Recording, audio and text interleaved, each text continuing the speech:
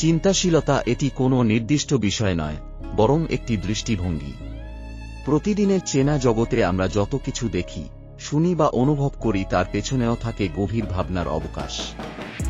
একজন চিন্তাশীল মানুষ এই সাধারণ বিষয়গুলোর মাঝেও অসাধারণ উপলব্ধি খুঁজে পায়।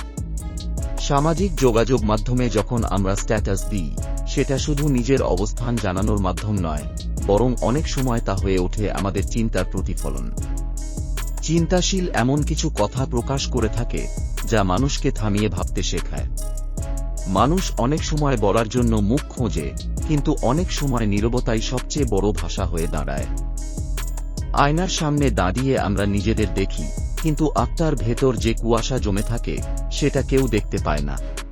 প্রতিদিনই নতুন নতুন মুখ আসে জীবনে, কিন্তু পুরনো মুখটাই হৃদয়ে থেকে যায় চুপিসারে।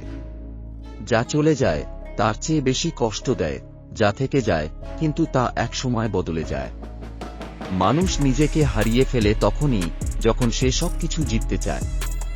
একদিন সবকিছু থেমে যাবে, শুধু থেকে যাবে কিছু অপূর্ণতা আর কিছু প্রশ্ন, যার উত্তর হয়তো কেউ কোনোদিন খুঁজবেও না।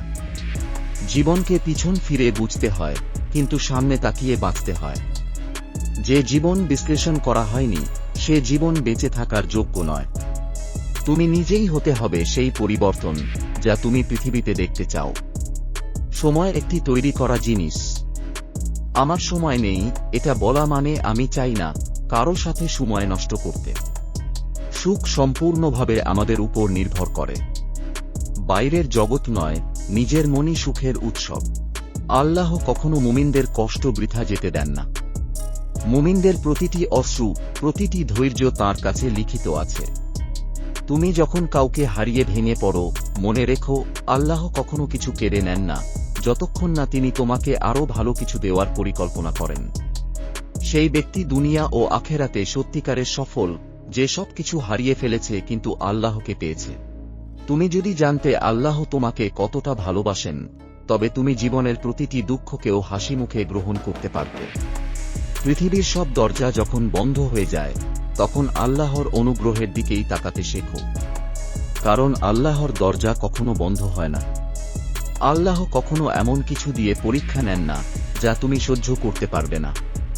তাই প্রতিটি কষ্টই তোমার ধৈর্যের প্রমাণ। জীবন অনেকটা নদীর মতো বয়ে চলে, কিছু নিয়ে যায়, কিছু রেখে যায়, আর কিছু ডুবিয়ে দেয় চিরতরে। ভালোবাসা যদি শব্দ হতো, তবে নিশ্চয়ই অনেকেই তা বোঝাতে পারত না, কারণ অনুভবকে কখনো শব্দে ধরা যায় না।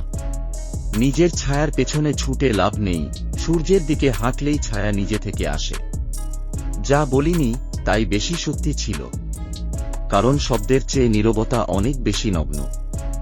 সবাই আলো খোঁজে, কিন্তু কেউ অন্ধকারে চোখ খোলার সাহস রাখে না।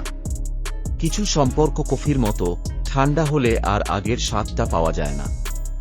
চিন্তাশীল কথা এখানেই শেষ করলাম। আবারও দেখা হবে পরবর্তী একটি মন ছুঁয়ে যাওয়ার মতো ভিডিও সঙ্গে। কথাগুলো খুব বেশি শব্দে বলা হয় না, কিন্তু তার রেশ অনেকক্ষণ থেকে যায়। এমন একটি বাক্য কারো মনে আলো জ্বালাতে পারে, আবার আরেকজনকে তার জীবনের দিকে নতুনভাবে তাকাতে বাধ্য করতে পারে। যখন আমরা কোনো চিন্তাশীল ভিডিও দেখি, তখন সেটি শুধু আমাদের অনুভবই নয়, বরং সেটি অন্যদের মনে প্রশ্ন তুলতে পারে, দৃষ্টিভঙ্গি বদলে দিতে পারে।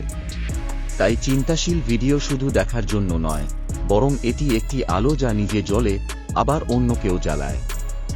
আশা করি ভিডিওটি থেকে জ্ঞানী ও চিন্তাশীল কথাগুলো আপনাদের ভালো লেগেছে এবং আপনি পেয়ে গেছেন আপনার পছন্দের একটি ভিডিও। আজকের মতো আমরা এই ভিডিওটি এখানেই শেষ করছি।